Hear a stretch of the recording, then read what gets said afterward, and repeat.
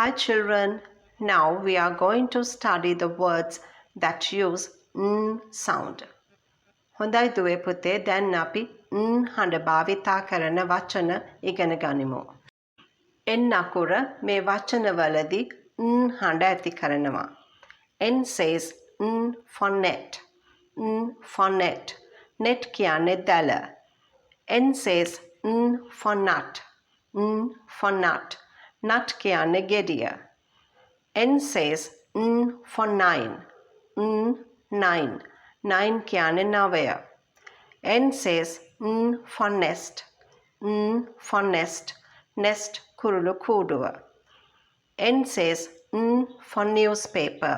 N newspaper. Newspaper කියන්නේ පුවත්පත.